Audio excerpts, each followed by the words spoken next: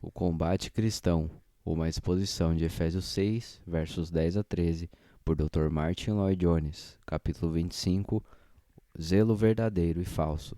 Chegamos ao terceiro item das partes em que dividimos a manifestação das astutas ciladas do diabo, a saber, as ciladas do diabo, como elas são armadas e acionadas contra a nossa conduta, a nossa prática e o nosso comportamento.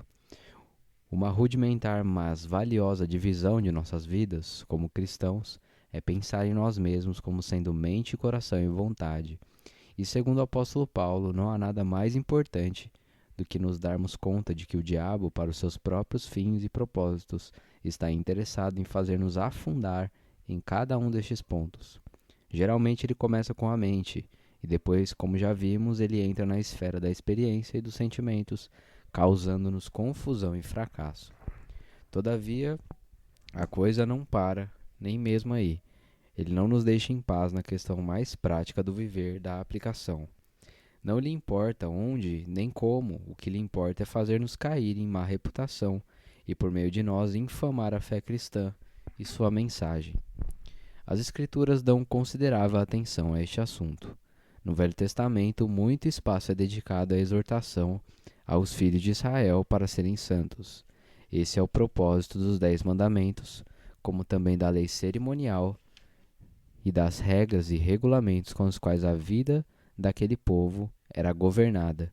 A finalidade de todo o conjunto pode resumir-se nesta frase: sede santos, porque eu sou santo. Os israelitas eram o povo de Deus. Eles eram recalcitrantes e foram muito morosos para aprender essa verdade. Mas foi essa verdade que lhes foi pregada por Moisés e por Josué, e depois por todos os profetas. Todos eles pregaram essa mensagem, que os filhos de Israel jamais deveriam esquecer quem eram, pois o nome de Deus estava sobre eles, e portanto deviam viver uma vida que correspondesse ao excelso nome e designação a eles dado. Tem havido muitos mal-entendidos concernentes a isto, e principalmente neste século XX. Muitos que têm acentuado o ensino ético da Bíblia não perceberam que o contexto do ensino ético é a relação do povo com Deus. Não se trata de mera moralidade geral. Trata-se da ética peculiar que se aplica aos que eram chamados povo de Deus. O Novo Testamento firma o mesmo ensino de maneira ainda mais notável. Bem, no início do seu ministério, o Senhor Jesus pregou o que comumente é chamado Sermão do Monte. O objetivo e a intenção daquele sermão consistem em fazer-nos lembrar que, uma vez que os seus discípulos são o povo de Deus, devem viver de determinada maneira. Assim resplandeça a vossa luz diante dos homens, para que vejam as vossas boas obras e glorifiquem a vosso Pai que está nos céus. Mateus 5,16. O Senhor dá detalhadas instruções quanto a como devemos viver, e tudo porque somos filhos de Deus. Os cristãos devem ser dignos do seu Pai que está nos céus. Essa questão de conduta e prática é posta em primeiro plano e assim ela continua através de todo o ensino do Senhor Jesus. Semelhantemente, no que diz respeito às epístolas, é terreno comum dizer que elas todas podem ser divididas em duas partes principais. Primeiramente a parte doutrinária e depois uma parte prática, concitando a aplicação de tudo o que foi formulado. Pode-se ver isso com particular clareza na Epístola aos Efésios. Nos 3 capítulos iniciais encontramos pura doutrina. Depois, no começo do capítulo 4, vemos: rogo-vos, pois eu, o preso do Senhor, que andeis como é digno da vocação com que fostes chamados, e assim por diante. É o que se dá praticamente com todas as epístolas do Novo Testamento, o que mostra a absoluta importância deste aspecto prático da nossa vida como povo de Deus aqui neste mundo. No livro do Apocalipse, vocês poderão ver que os 2 últimos capítulos incluem precisamente este tema. Há advertências que nos dizem que fora ficarão os cães e que nada que seja impuro terá permissão para entrar na cidade santa. Apocalipse 22, 15. A explicação dessa ênfase é em grande parte que os que ficam de fora, os incrédulos, estão sempre mais interessados no que fazemos do que no que somos. Nós, como povo de Deus, somos representantes de Deus e dos seus grandes propósitos. E e os que estão de fora, em sua ignorância, observam-nos e julgam tudo. O Pai, o Senhor Jesus Cristo e o Espírito Santo em função de nós. Dizem eles, é fácil falar, mas a questão é como são vocês? O que é que vocês estão fazendo? Eles aplicam a nós esse teste de maneira muito severa e meticulosa, e não podemos culpá-los por fazê-lo. Sabemos que os seus padrões e as suas perspectivas são defeituosos. Não obstante, temos que tomá-los como são.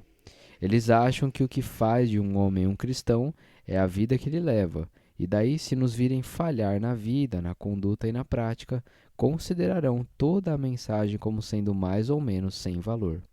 Não compreendem a doutrina da justificação pela fé somente. Pensam que o cristão é apenas um homem bom, um homem moral, um homem que vive certa espécie de vida. Por isso julgam a totalidade do Evangelho em termos do nosso sucesso ou fracasso. Segue-se, pois, que toda falha da nossa parte, nesta questão de conduta, desacredita o Evangelho, desacredita a Deus e ao Senhor Jesus Cristo, e desacredita tudo aquilo pelo que lutamos. Os jornais dão abundante e constante prova do meu ponto de vista.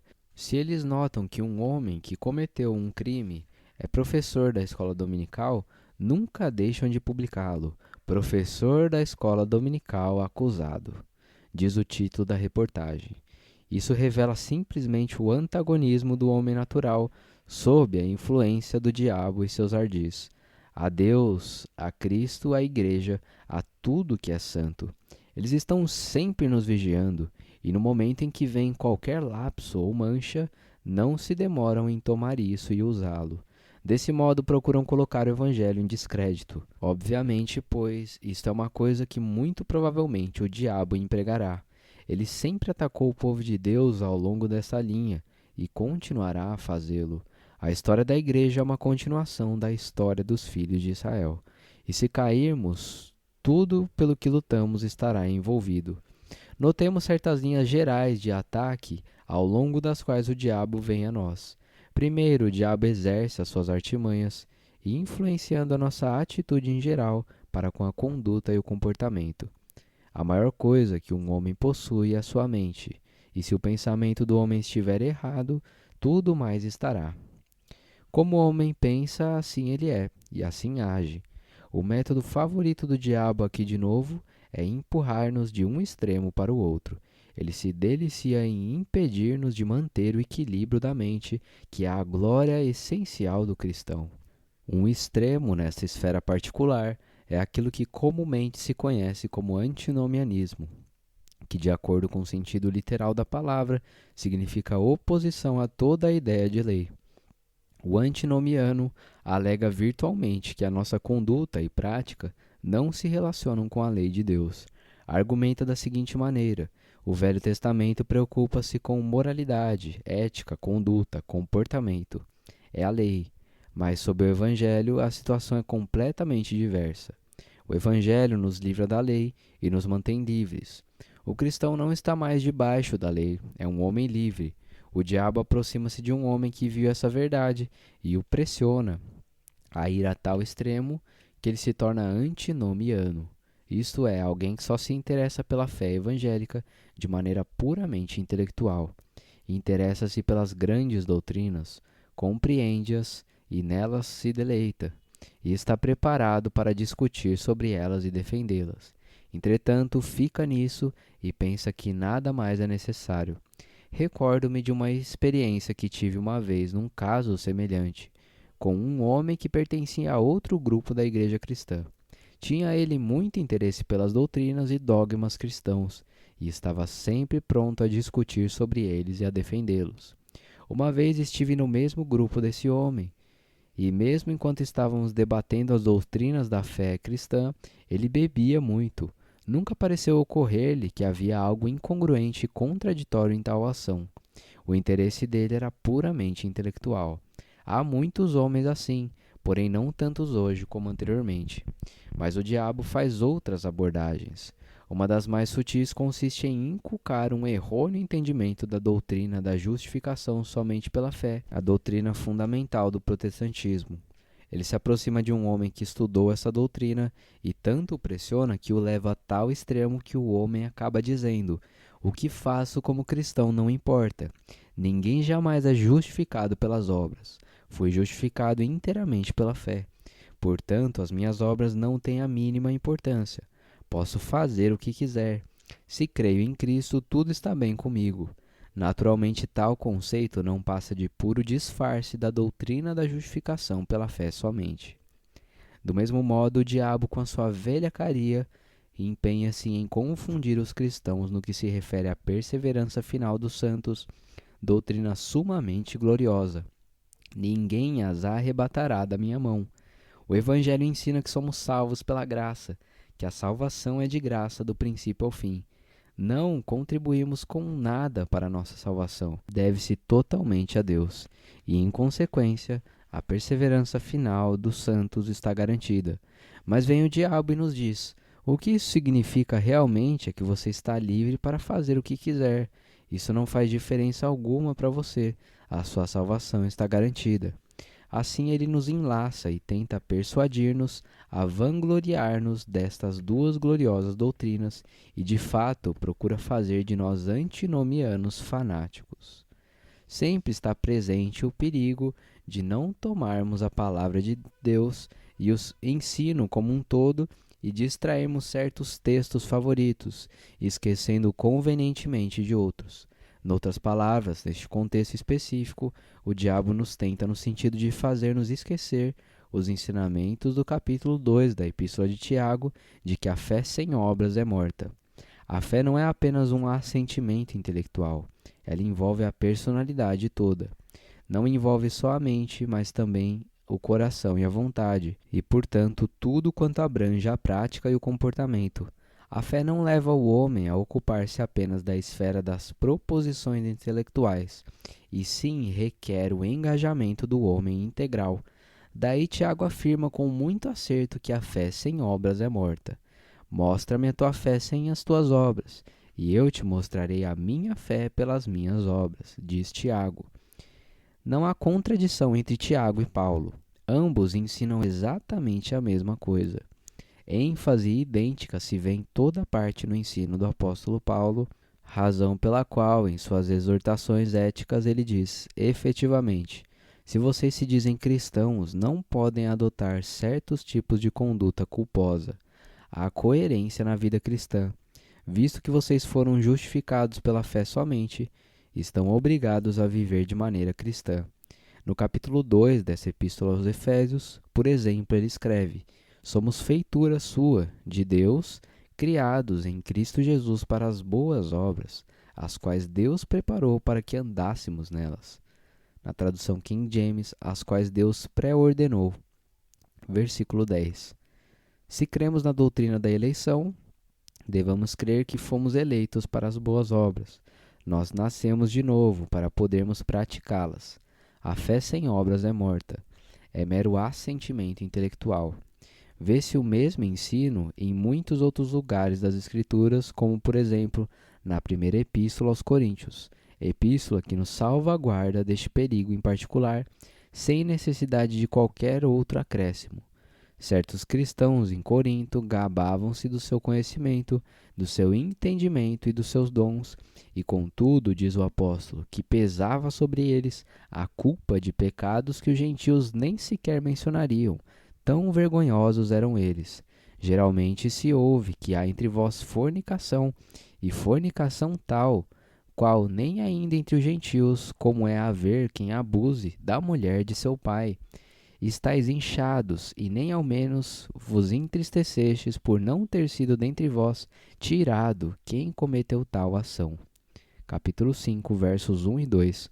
Puro antinomianismo. Inchados pelo seu conhecimento intelectual, estavam permitindo um pecado que não somente era uma negação da fé, e sim também era uma coisa que até o mundo pagão considerava repugnante. Ensino similar com relação à ceia do Senhor encontra-se nos capítulos 10 e 11 da mesma epístola. A resposta bíblica ao antinomianismo acha-se na epístola aos Romanos. Sabendo isto, que o nosso homem velho foi com ele crucificado, para que o corpo do pecado seja desfeito, para que não sirvamos mais ao pecado. Capítulo 6, verso 6. Esse é todo o objetivo da salvação, porque o Filho de Deus morreu na cruz para purificar para si um povo seu especial, zeloso de boas obras. Tito 2,14. Este é o objetivo e o propósito da salvação, não meramente curtir a doutrina cristã. Contudo, as nossas dificuldades ainda não se acabaram. O diabo, tendo falhado em seus esforços para levar-nos à posição do antinomiano, agora nos aborda de modo inteiramente diverso. Ele se preocupa em levar-nos ao extremo oposto, aquilo que se chama legalismo. Vem ele e diz: sim, tudo que lhe tem sido ensinado contra o antinomianismo é verdade. Você deve compreender que na vida cristã toda a questão de conduta e prática é absolutamente central e da maior importância. Mas depois ele procura impelir-nos para um novo tipo de legalismo. A história da Igreja mostra que uma das formas mais comuns de legalismo é o ascetismo, expresso no monasticismo. É exemplificado nos monges, mosteiros, frades e pessoas que se segregavam do mundo para viverem a vida cristã. Em grau menor e, em princípio, ainda se vê nas igrejas protestantes. Há uma boa descrição do legalismo no começo da primeira epístola a Timóteo, capítulo 4. Mas o Espírito expressamente diz que nos últimos tempos apostatarão alguns da fé, dando ouvidos a espíritos enganadores e a doutrinas de demônios, pela hipocrisia de homens que falam mentiras, tendo cauterizado a sua própria consciência, proibindo o casamento. Dizem eles que o sexo é sempre pecaminoso e que o cristão nunca se deve casar, porque isso é incitar a carne, proibindo o casamento e ordenando a abstinência dos manjares. Os cristãos têm que ser vegetarianos, que Deus criou para os fiéis e para os que conhecem a verdade, a fim de usarem deles com ações de graça. Esta é uma típica explicação do que significa o ascetismo. Há uma descrição semelhante do ascetismo no final do capítulo 2 da Epístola de Paulo aos Colossenses, onde ele se expressa assim: ninguém vos domine a seu bel prazer, como pretexto de humildade e culto dos anjos, metendo-se em coisas que não viu, estando debalde e inchado na sua carnal compreensão, e não ligado à cabeça, da qual todo o corpo provido e organizado pelas juntas e ligaduras vai crescendo em aumento de Deus. Se, pois, estáis mortos com Cristo quanto aos rudimentos do mundo, porque vos carregam ainda de ordenanças, como se vivesseis no mundo, tais como não toques, não proves, não manuseis, as quais coisas todas pertencem pelo uso, segundo os preceitos e doutrinas dos homens, as quais têm, na verdade, alguma aparência de sabedoria em devoção voluntária, humildade e em disciplina do corpo, mas não são de valor algum, senão para a satisfação da carne. Versículos 18 a 23. É importante sabermos algo sobre o perigo de um falso ascetismo. Há pessoas que alegam que se você quiser viver a vida cristã, não poderá ser um negociante, não poderá exercer alguma profissão. Você terá que sair do mundo, por assim dizer, terá que ingressar num mosteiro ou convento, terá que pertencer a alguma irmandade. Você terá que partir e viver em alguma comunidade isolada, única forma de poder viver essa vida. Na verdade, alguns foram mais longe ainda. Posto que o corpo foi com eles até a cela, achavam que deveriam usar roupa de pelos de camelo. Apesar disso, o corpo marcava sua presença, de modo que começaram a golpear-se e a entregar-se a flagelações. Puseram-se a atormentar-se e a ficar sem comer. Isso é o que significa o legalismo e o retorno a um método baseado nas obras e atividades pessoais do indivíduo, para ele viver a vida cristã e salvar a sua alma. Isso não é pura teoria. Um movimento em certas partes da igreja cristã atualmente está ocasionando muita infelicidade e muito estrago em decorrência de uma compreensão errônea da doutrina do Novo Testamento.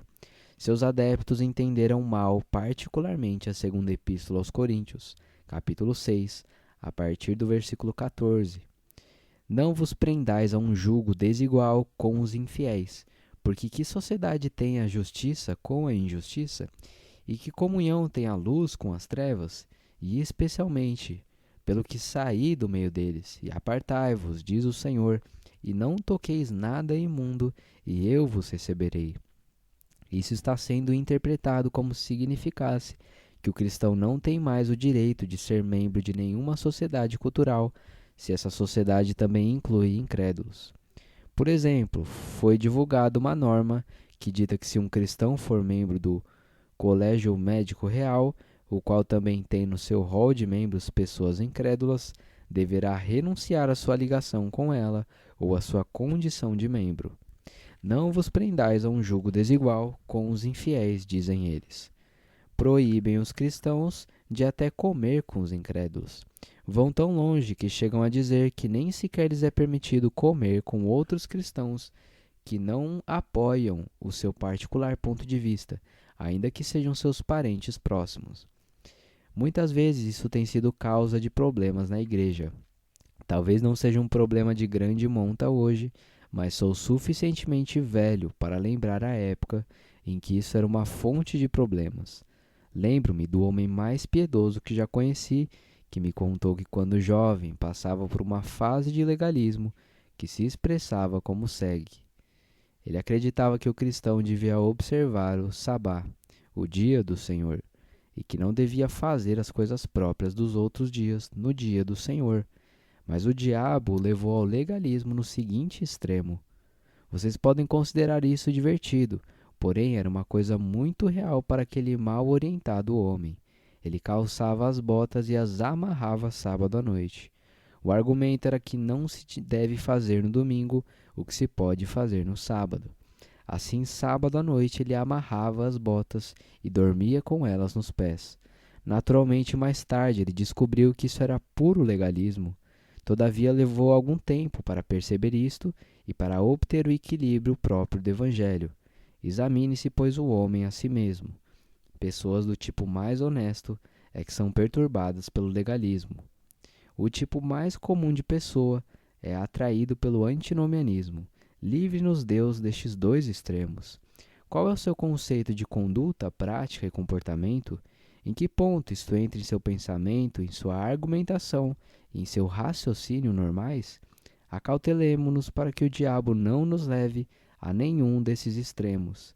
Partamos agora para um segundo princípio, ou para um segundo grupo de problemas, sob este título do ataque do diabo ao nosso comportamento em geral. Havendo decidido a questão da nossa atitude e do nosso ponto de vista, devemos examinar-nos quanto ao nosso comportamento em geral. Aqui de novo há dois extremos óbvios. O primeiro é o que se pode descrever como uma negligência geral. Significa uma falta de aplicação da verdade a nós mesmos. Uma das primeiras coisas que o cristão deve aprender é que ele precisa aplicar a verdade a si próprio. Não é suficiente ouvi-la ou fruí-la diletantemente. O cristão tem que aplicar a verdade a si mesmo. Tiago, no capítulo 1 da sua epístola, escreve: pelo que, rejeitando toda a imundícia e superfluidade de malícia, recebei com mansidão a palavra em vós enxertada, a qual pode salvar as vossas almas. E sede cumpridores da palavra, e não somente ouvintes, enganando-vos com falsos discursos. Porque se alguém é ouvinte da palavra e não cumpridor, é semelhante ao varão que contempla ao espelho o seu rosto natural, porque se contempla a si mesmo e foi-se, e logo se esqueceu de que tal era. Aquele, porém, que atenta bem para a lei perfeita da liberdade, e nisso persevera, não sendo ouvinte esquecido, mas fazedor da obra, este tal será bem-aventurado no seu feito. Versículos 21 a 25. Um homem lê a Bíblia, ouve um sermão, acha que está certo, segue a argumentação. Entretanto, depois se vai e esquece tudo. Deixa de aplicá-lo. Não há nada mais inútil do que isso, diz Tiago, e com a sua ilustração ele o ridiculariza. Um homem olha seu rosto no espelho, mas depois se vira, vai embora e se esquece do que viu. Temos que continuar olhando, temos que prosseguir com a aplicação. Recorde, continue, vá falando consigo mesmo sobre a questão, para que você se livre dessa superfluidade de malícia com a qual o diabo está sempre nos tentando. O apóstolo Pedro ensina a mesma verdade no capítulo 1 da sua segunda epístola. Diz ele que o Senhor nos tem dado grandíssimas e preciosas promessas, para que por elas fiqueis participantes da natureza divina, havendo escapado da corrupção que pela concupiscência há no mundo. Versículo 4. Fomos salvos, nascemos de novo, fomos libertos e escapamos da corrupção que pela concupiscência há no mundo. Depois ele continua, e vós também pondo nisto mesmo, por causa disto mesmo, toda a diligência, acrescentai à vossa fé a virtude, e a virtude a ciência, e a ciência temperança, e a temperança paciência, e a paciência piedade, e a piedade amor fraternal, e ao amor fraternal caridade. Temos que acrescentar essas coisas, temos que pôr diligência nisso e suprir nossa fé. Por quê? Porque se em nós houver e abundarem essas coisas, não vos deixarão ociosos nem estéreis no conhecimento de nosso Senhor Jesus Cristo. Pois aquele em que não há essas coisas é cego, nada vendo ao longe, havendo-se esquecido da purificação dos seus antigos pecados. Portanto, irmãos, procurai fazer cada vez mais firme a vossa vocação e eleição, porque fazendo isto nunca jamais tropeçareis, porque assim vos será amplamente concedida a entrada no reino de nosso Senhor e Salvador Jesus Cristo. A isso não há necessidade de acrescentar coisa alguma. Observem a ênfase dada a pondo nisto mesmo toda a diligência. Mas aqueles que geralmente têm um espírito negligente esquecem tudo isto. Eles esquecem, diz o apóstolo Pedro, que foram purificados dos seus antigos pecados e simplesmente continuam vivendo como se pouquíssima coisa tivesse acontecido com eles. Eles têm uma fé intelectual de que se lembram no domingo, mas ao que parece não se lembram durante a semana. Não a aplicam, não põem em diligência, não acrescentam a fé, não suprem a fé. Também podemos pensar neste mal como decorrente de uma falta de disciplina na vida cristã. Uma das primeiras coisas que temos de compreender é que temos que disciplinar-nos. Ah, você dirá, mas eu pensava que a graça tinha entrado em cena, eu pensava que a disciplina era questão da lei, e que a diferença entre o homem que está debaixo da lei e o cristão é que o cristão agora conhece a liberdade. Isso naturalmente está correto, porém liberdade não significa que o cristão vive a vida cristã automaticamente. O cristão é a pessoa a quem é dada responsabilidade, e havendo nascido de novo, tem dentro de si o poder de viver a nova vida. O Espírito está nele. Deus não nos trata como máquinas, e sim como pessoas. Esforçai-vos e sede homens. 1 Samuel 4:9. Temos de aprender e, portanto, temos de disciplinar-nos. Todavia, muitos cristãos deixam de fazê-lo e, consequentemente, dão má reputação ao Evangelho. Na prática, isso significa que precisamos disciplinar-nos em relação ao tempo e a como devemos usá-lo. Temos que reservar tempo suficiente para a leitura da Palavra de Deus. Jamais cresceremos na graça, a não ser que conheçamos a Palavra de Deus. Mas a tendência de muitíssimas pessoas é deixar que as circunstâncias e outras pessoas governem e controlem as suas vidas. Não assumem a direção de si mesmas. Não dizem, agora devo pôr isso em primeiro lugar. Tenho prioridades e seja o que for que eu faça no dia de hoje, preciso ler e estudar a palavra de Deus, porque é o alimento provido por Deus para minha alma. Este é o caminho do crescimento. Isso requer disciplina e às vezes uma disciplina férrea. Igualmente com a questão da oração. Por isso, grande ênfase é dada à oração nas Escrituras. Em acréscimo a isso, a frequência à casa de Deus. Passagens sobre não deixando a nossa congregação foram dirigidas aos cristãos primitivos, porque evidentemente alguns estavam pensando: como agora sou cristão, não preciso mais de ajuda, já cheguei lá.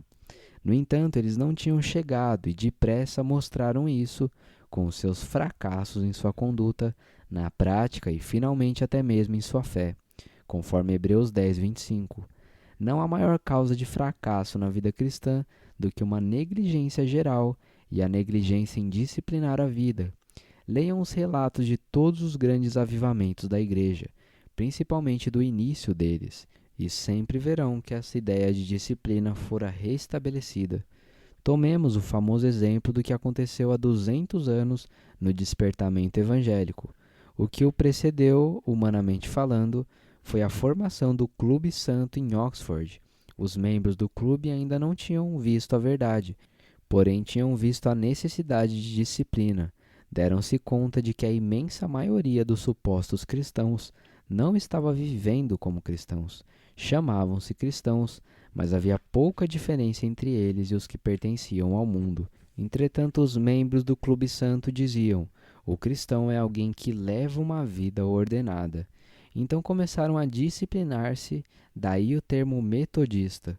Puseram-se a viver de acordo com um método. Naturalmente, há sempre o perigo de que o método venha a ser demasiado importante, tornando legalistas as pessoas. Contudo, o remédio para isso não é abandonar o método, e sim exercer uma disciplina equilibrada, a compreensão de que é essencial que ordenemos as nossas vidas de acordo com as Escrituras. É de vital importância que constantemente façamos a aplicação da verdade a nós mesmos. Isso envolve autoexame frequente, até diário.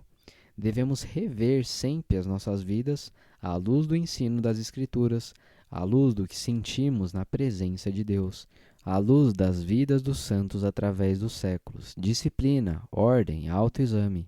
O diabo tenta fazer que o cristão seja negligente acerca dessas coisas e diga: agora sou cristão, fui salvo, fui para a frente no fim de uma reunião, pus meu nome num cartão, tudo está bem comigo. Decidi-me por Cristo e, portanto, não tenho por que me preocupar. Isso é negligência, é a falta de disciplina que traz vergonha para o Evangelho. Mas depois há o exato oposto. No momento em que você se dá conta da possibilidade do perigo recém-descrito, vem o diabo e tenta fazê-lo entregar-se ao que sou constrangido a denominar zelo carnal.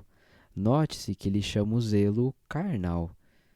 Zelo é sempre bom, porém zelo carnal na vida cristã é mau. O que quero dizer é que o homem que percebeu que estava sendo negligente e não estava fazendo nada, agora começa a tornar-se ativo e excessivamente ocupado. É muito difícil dizer qual dessas duas condições é a pior. Há muitos cristãos que, completamente desconhecidos para si mesmos, vivem de suas próprias atividades, vivem de sua mania de tarefas e ocupações, vivem das organizações a que pertencem, vivem de acordo com certa rotina prescrita para eles por alguma outra pessoa. Tenho visto muito disso em minha experiência pastoral. Sei de certas organizações nas quais homens e mulheres são levados a algum conhecimento da verdade. Depois se unem a uma associação e, no ambiente encantado da associação, nunca perdem uma reunião. Estão cheios de boas obras, tomam parte em reuniões de oração, são ativos na evangelização pessoal. Todavia, em pouco tempo, sua permanência nessa associação e em seu ambiente termina por várias razões, e eles têm que viver mais ou menos sem muito companheirismo cristão no grande mundo de fora. E depressa escorregam e caem, porque eram dependentes do ambiente, da organização, da associação. Que terrível perigo é este! Enquanto estavam naquele ambiente, eram levados pelo espírito do movimento, mas nunca o tinham compreendido realmente. Estavam vivendo de suas ocupações atarefadas, da sua atividade pessoal e do seu zelo carnal. Subitamente se acham fora no mundo, em circunstâncias inteiramente diferentes e entregues a si mesmos. Eles não têm nada. O estímulo se foi, o impulso não vem, e assim eles começam a perder o interesse, a tornar-se negligentes, e o passo subsequente é talvez caírem eles em pecado e se acharem numa situação deveras aflitiva. Isso constitui um real perigo, particularmente para os jovens. O diabo os tenta por meio de pessoas bem intencionadas que dizem: agora que você está salvo, precisa começar a ocupar-se. precisa fazer alguma coisa, e os colocam num certo molde.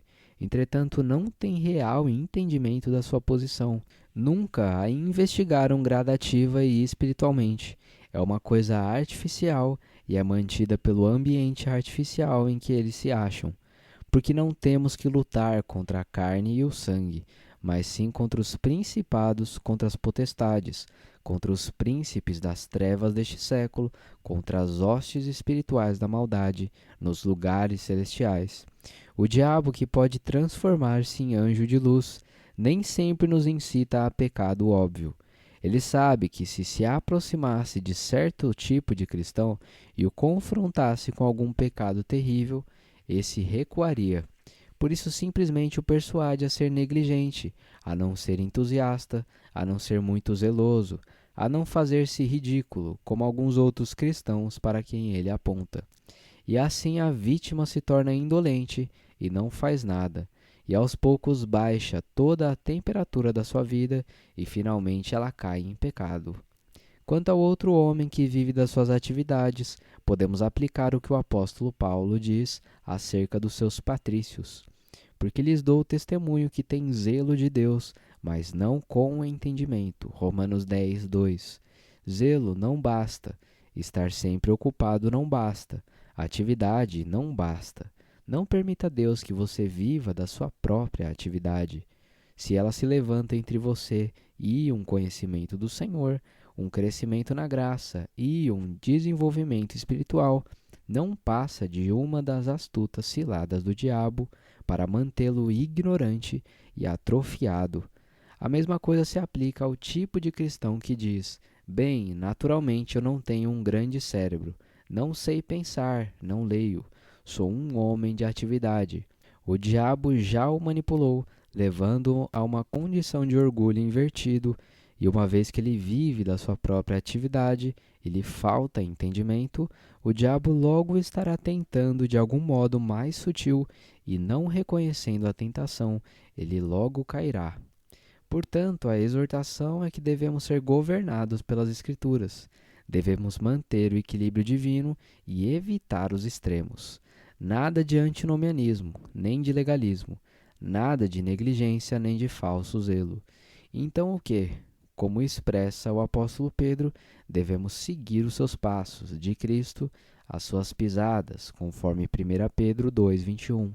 Em Cristo não havia extremismos. Ele sempre fazia a vontade do seu Pai. Nunca exagerava em nada, num ou no outro lado. Ele permanecia no centro da vontade de Deus e devemos seguir os seus passos, sendo que ele não cometeu pecado, nem na sua boca se achou engano. Devemos olhar sempre para Jesus, autor e consumador da fé, conforme Hebreus 12, 2.